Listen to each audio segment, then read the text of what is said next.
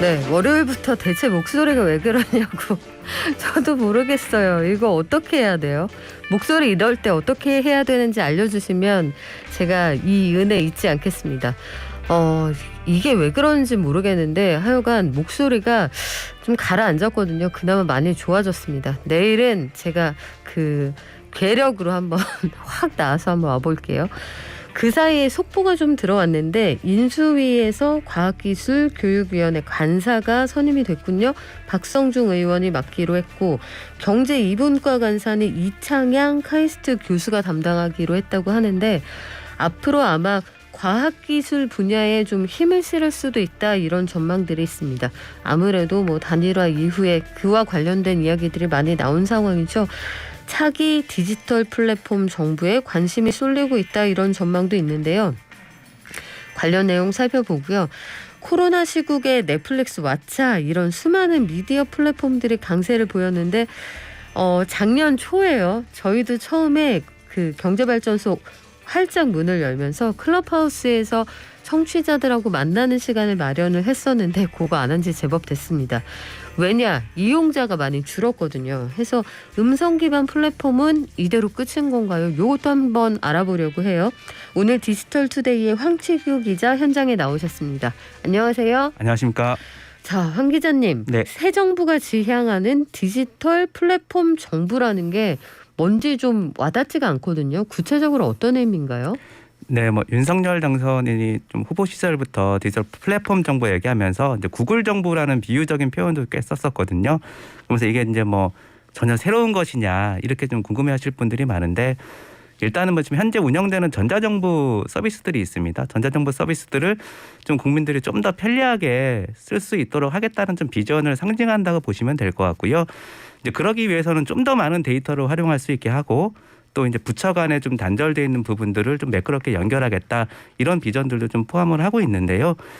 지금 이미 제공되고 있는 어떤 전자정부 사이트와의 차별화가 관건이 될 것 같고요. 사실 이제 많은 분들이 공감하시겠지만 정부에서 제공하는 서비스들하고 우리가 민간에서 이렇게 앱이나 포털 사이트에서 쓸 수 있는 서비스의 어떤 사용자 경험의 수준 차이가 상당합니다. 이게 역대 정부부터 계속 어떤 문제가 되었던 부분이고요. 네.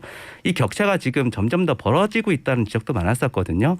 그래서 이제 어떤 디지털 플랫폼 정부가 어떤 공공 서비스의 어떤 사용성 측면을 좀 더 많이 크게 개선한 어떤 계기가 되기를 바라는 의견들이 많이 있는 것 같습니다. 그래요. 기존에도 사실 우리나라 정부가 말씀하신 것처럼 그 민간의 플랫폼하고 비교를 하면 소위 UI라고 하는 게 많이 다르다 이런 네. 말씀이잖아요. 네. 유저 인터페이스라고 해서 쉽게 말씀드리면 이용하기가 민간이 만든 게 훨씬 편타 이런 얘기인데 그 격차를 줄여야 되는 과제는 한쪽에 있는 거고 네. 하지만 해외 다른 나라하고 비교하면 굉장히 그 디지털화가 많이 되어 있는 그런 나라로 알고 있는데 네.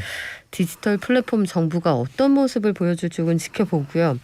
차기 정부가 들어서면 플랫폼 규제가 대폭 완화될 거다 이런 전망이 있었어요. 뭘 어떻게 하겠다는 뜻입니까? 사실 저희가 작년 국회 정기국회 좀 다루면서 이제 그때 플랫폼 국감이라고 할 정도로 그 플랫폼 기업들이 이제 여야 가리지 않고 좀 의원들한테 호통을 많이 받았잖아요. 그런데 바로 이제 어떤 규제안이 많이 당장 나올 것처럼 하는 분위기들도 연출이 됐었는데 사실 지금 현재 입법상을 보면 그 공정위에서 내놓은 온라인 플랫폼 공정화법이라고 해서 어떤 플랫폼 사업자들에 대한 의무를 강화하는 이 법이 올라와는 있는데 사실 이제 논의 자체가 좀 진행이 잘 안 되고 있어요. 진행이 잘 안 되고 있고 이게 이제 상임위원 간의 어떤 상임위 간의 좀 역할 분담이라든지 정부 부처 간의 좀 의견을 조정하는 것 단계가 남아 있는데 그런 과정들이 지금은 매끄럽다고는 할 수 없는 상황인데 이런 상황에서 이제 윤석열 당선인 같은 경우에는 플랫폼 규제에 대해서는 좀 후보 시절부터 이제 그 자율 규제라는 좀 그 메시지를 강조를 했었어요. 근데 그러다 보면서 지금 이제 이 국회에 올라와 있는 이 법안 자체가 좀 당장의 탄력을 받기는 쉽지 않겠느냐, 어려울 것 같다라는 의견이 지금 많이 있는 것 같고요. 그러나 이게 이제 그 입법이라는 게 어쨌든 대통령의 의지만으로 될 수 있는 건 아니기 때문에 이제 변수가 될 수는 있지만 어쨌든 지금 현재 뭐 지방선거도 남아 있고 현재까지 진행되어 왔던 어떤 논의를 감안을 했을 때 어떤 플랫폼 구제에 대한 논의가 좀 갑작스럽게 뭐 탄력을 받을 것이다라고 지금 예측하기는 여러모로 쉽지는 않아 보입니다. 그래요. 이게 과거에 우리 과거 정부가 액티브엑스를 그만 쓰게 하겠다라든지 네. 아니면 우리가 관련해서 여러 가지 규제들을 좀 덜어내겠다. 공인인증서 불편함을 없애겠다. 이런 것들을 추진한 적이 있었는데 네. 실제로 이게 얼마나 체감되는 정책으로 와닿을지는 좀 지켜봐야겠고 네. 가상자산의 제도화에는 속도가 좀 붙을까요? 전체적으로 보면 좀 긍정적인 좀 평가들이 많이 있는 것 같습니다. 일단 후보 본인이 일단은 뭐 가상자산 제도화에 대해서 공약으로 좀 추진하겠다는 내용들을 좀 발표한 게 있어서요. 몇 가지 좀 키워드를 좀 뽑아를 보면 일단 과세 부분은 이제 원래는 2023년 1월부터 그 250만 원 이하의 어떤 가상자산 투자 소득에 대해서 좀 20%의 과세를 하는 걸로 이제 정책이 추진될 예정인데 후보가 어쨌든 5천만 원까지는 비과세 로 하겠다라고 하는 부분을 밝혔기 때문에 일단은 뭐 과세가 되더라도 그 비과세 한도가 꽤 늘어나지 않을까 이렇게 좀 생각이 되고요.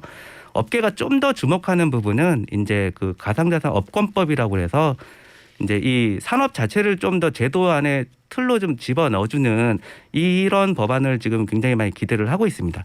사실 이제 가상자산 같은 경우는 이 자금 세탁 방지를 맡아서 이제 어떻게 보면 못된 짓 못하게 막는 이 불법을 막는 법안이 이제 좀 만들어졌을 뿐이지 이거 자체를 어떤 산업적으로 인정을 하고 어떤 이거를 정부 차원에서 제도화하는 부분은 여전히 좀 회색제되거든요. 그러다 보니까 이제 뭐 사기라든지 각종 사건 사고들도 끊임없이 발생을 하는데 지금 윤석열 당선인 같은 경우는 이제 가상자산 진흥법이라고 해서 어떤 산업적인 제도화까지도 좀 고려를 하는 기본법을 좀 추진을 하겠다 이렇게 좀 밝게 선택했기 때문에 어떤 가상자산 산업 자체의 어떤 제도화가 좀 빨라지지 않을까 하는 기대감이 있고요.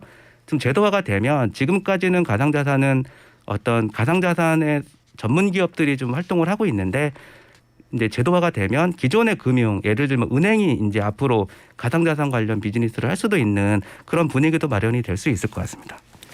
과학기술부총리를 신설하겠다 이런 안도 나와 있는데 지금은 부총리가 교육부총리 그리고 기획재정부 장관이 겸하는 경제부총리 이렇게 네. 두 분이 있는 거잖아요. 네. 과학기술부총리가 하나 더 추가가 된다 이런 얘기인가요? 인수위 쪽에서는 일단은 뭐 신설 자체에 대해서는 좀 선을 긋고 있는데요. 그래도 얘기는 좀 계속 나오고 있습니다. 이제 뭐 여러 가지 배경을 있을 것 같은데 일단 안철수 위원장이 이제 뭐 후보 사퇴 전부터 과학기술부총리 제도를 좀 주요한 공약 중 하나로 내걸었던 측면도 있고요. 그리고 이제 정부 직제 개편이라는 게 공무원 사회에서는 좀 예민한 이슈가 될 수도 있거든요. 그러다 보니까 이게 설익은 부분들을 먼저 이렇게 공론화하는 게 부담이 있어서 말을 아끼는 거일 수도 있다. 이런 관측도 있어서 이 부분은 좀 더 지켜봐야 될 것 같습니다. 그래요. 앞으로 어떤 그림을 그리게 될지 아마 인수위 인선은 이번 주에 마무리가 되고 다음 주부터 본격적으로 정책의 윤곽을 좀 보여준다고 하니까 저희가 속보 나오는 대로 좀 알려드리겠습니다.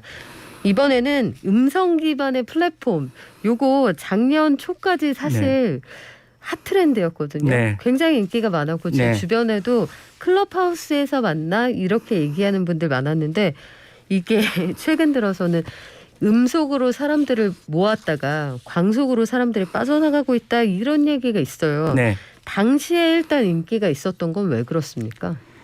뭐 좀 결이 좀 많이 다른 서비스였다 이런 측면이 좀 있을 것 같고요. 저도 그때 이제 뭐 이 한국에서 뭐 클럽하우스 초대장이 있다는 내용을 페이스북에 올리고 나 클럽하우스 써봤다 이제 이런 게 이제 좀 자랑거리가 되는 그렇죠. 시절이 있다가 그게 한두 달 만에 또 확 분위기가 좀 꺾여버렸는데 일단 좀 인기가 당시에 좀 급등했던 이유를 꼽는다면 일단 결이 기존에 일단 뭐 페이스북이나 트위터 우리가 쓰는 또 카카오톡 같은 서비스들하고는 결이 좀 근본적으로 다른 좀 SNS였다는 평가들이 좀 있고요. 좀 신선했던 것 같습니다. 일단 사람들에게 좀 이게 흥미를 굉장히 유발시키는 서비스였던 측면도 좀 있고요. 거기에다 이제 일단 인플루언서들이 그때 유력 인플루언서들이 그때 좀 대거 참여하면서 사람들이 더 끌어들였던 측면도 좀 있거든요. 그때 뭐 국내외 가리지 않고 이제 뭐 국내만 봐도 뭐 정치인부터 대기업 CEO들까지도 이제 이 클럽하우스에서 방을 개설해서 뭐 소통을 하고 대화를 하고 하는 것들이 좀 화제가 돼서 이게 뉴스로도 많이 보도가 됐었는데 이제 좀 그런 부분들이 좀 맞물리면서 좀 큰 반응을 좀 얻었지 않나라는 생각이 들고 전체적인 어떤 서비스 당시 상황도 좀 살펴볼 필요가 있을 것 같습니다. 이게 미국에서 이게 먼저 이제 시작이 된 서비스다 보니까 그 당시에 미국이 록다운이 거의 전면 록다운이었거든요. 그리고 전면 록다운을 시행한 지 한 1년 정도 이후에 좀 나왔습니다. 근데 미국에서 록다운이 되면서 이제 처음에는 줌이나 이런 화상 그 채팅 서비스들이 먼저 이제 비대면 서비스로 좀 각광을 받았는데 이게 이제 얼굴 보며 얘기하는 거에 대해서 사람들이 꽤 많이 부담을 느꼈어요. 이게 이제 줌 뭐 패티그라고 그래서 줌에 네. 대한 피로도라는 용어까지도 좀 나올 정도로 이 화상 채팅에 대해서 사람들이 조금 이제 지쳐가는 듯한 그 분위기 속에서 이게 오디오는 상대적으로 이제 얼굴을 보지 않고 얘기를 하기 때문에 얼굴을 보지 않고 얘기하기 때문에 좀 진입 장벽이 상대적으로 화상보다는 좀 쉬웠던 측면도 있고 그러면서도 좀 집안에 갇혀서 이제 좀 답답한 사람들에게 오프라인의 어떤 그 연결을 오프라인에서 커뮤니케이션 하는 듯한 어떤 감성을 좀 제공했다 이런 측면에 좀 맞물리면서 좀 단기간에 좀 사용자들 사이에서 반향을 일으킨 걸로 같고요. 클럽하우스 자체도 이 부분을 굉장히 적극적으로 마케팅을 했었습니다. 그래서 클럽하우스 안에서는 클럽하우스를 더 잘 쓰게 해주려고 이른바 홍보대사 같은 분들이 활동을 하기도 하고 말씀하신 것처럼 소위 셀럽들이 활동을 하기도 했는데 그렇게 인기를 끌었던 클럽하우스 지금은 왜 이렇습니까? 네.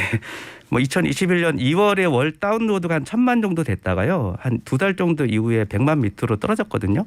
그 이후에 뭐 이제 그 초대 기반에서 모든 사용자들에게 오픈을 하고 또 플랫폼도 이제 iOS에서 안드로이드로 확장을 했음에도 불구하고 일부 사용자가 늘긴 했지만 뭐 불씨가 그 열기가 살았다고 보기에는 전혀 뭐 그렇지 않다라는 평가가 많고 좀 여러 가지 이유가 있을 것 같은데요. 이제 뭐 달기 면저냐 달걀이 면저냐는 좀 따져봐야 되겠지만 뭐 사용자들도 줄었고요. 인플루언서들도 줄었습니다. 이제 뭐 그 개인적으로 일단 뭐 사용자 측면에서 좀 살펴볼 필요가 있을 것 같은데 신선하기는 했지만 이 오디오로 라이브로 뭐 남모르는 사람과 오디오로 얘기한다는 것 자체가 상당한 품이 들어가는 경험이에요. 이게 이제 뭐 여기서 수다 떠는 형태의 방이 아니라 이제 방장이라고 그래서 이제 모더레이터라고 하는 방장 맞아요. 역할을 하는 분들이 네. 또 컨트롤을 하지 않습니까? 컨트롤하고 그리고 이제 주제 자체를 정해놓고 얘기하는 이제 커뮤니케이션이 많았기 때문에 이게 이제 뭐 그 단톡방으로 커뮤니케이션 하듯이 뭐 시간 될 때 들어가서 봤다가 뭐 언제든지 또 답장 남기고 이게 아니라 집중하지 않으면 참여가 굉장히 힘든 이제 이런 형태의 좀 서비스였다 보니까 이게 좀 뭐 그 집에서 퇴근하고 와서 이거를 또 매일 하기도 사실 쉽지도 않고요. 직장인들 같은 경우는. 그러니까 소통이라는 게 클럽하우스에서 말하는 소통이라는 거는 생각보다는 쉽지는 않았다. 이런 부분들이 좀 있을 것 같고요. 그리고 이제 실시간이다 보니까 좀 그 이제 실수에 대한 근데 그 실수에 대한 이런 부담들도 있었고 이게 뭐 뒷얘기로 또 이런 얘기들이 많이 나왔었는데 네. 뭐 주변에 저도 뭐 그런 기억이 나는데 꼰대가 많다. 그리고 이제 뭐 잘난 사람들이 잘난 체 하는 공간 아니냐 뭐 이렇게 좀 있었고 또 끼리끼리 논다라고 해서 약간 소외감을 느꼈다 이런 분들도 좀 많이 있어서 그래서 이제 뭐 이런 부분들도 뭐 직접적이라고 하긴 뭐하겠지만 그 클럽하우스에 대한 열기가 좀 이어지지 못하는 데 있어서는 일정 부분 영향을 미치지 않았나 이런 생각을 합니다. 그러다 보니까 인플루언서들도 많이 빠져나갔죠. 그러면 마지막으로 이것만 여쭤볼게요. 네. 그래서 음성 기반 플랫폼 이제 끝인 건가요? 지금 분위기 보면 열기가 뭐 지금 굉장히 뜨겁다라고 보기는 어려운데요. 그렇지만 서비스 측면에서 보면 기존의 SNS나 커뮤니케이션을 제공하는 서비스 플랫폼들, 팟캐스트를 또 제공했던 플랫폼들이 자기 플랫폼들을 강화하기 일환으로 이제 좀 그 라이브 오디오 기능을 계속 추가를 하고 있거든요. 그리고 앞으로 이제 뭐 엔터테인먼트나 좀 소셜 미디어 쪽에서는 어떤 인플루언서들에게 이런 라이브 오디오 기능은 뭐 여러 가지 필요한 기능 중에 하나로 자리를 잡지 않을까 이렇게 저는 개인적으로 예상을 하고 있습니다. 그래요. 니치마켓으로 존재하지 않을까 이런 생각 드는데 앞으로 네. 시장 상황 좀 지켜볼게요. 네. 지금까지 디지털 투데이의 황치규 기자였습니다. 고맙습니다. 감사합니다.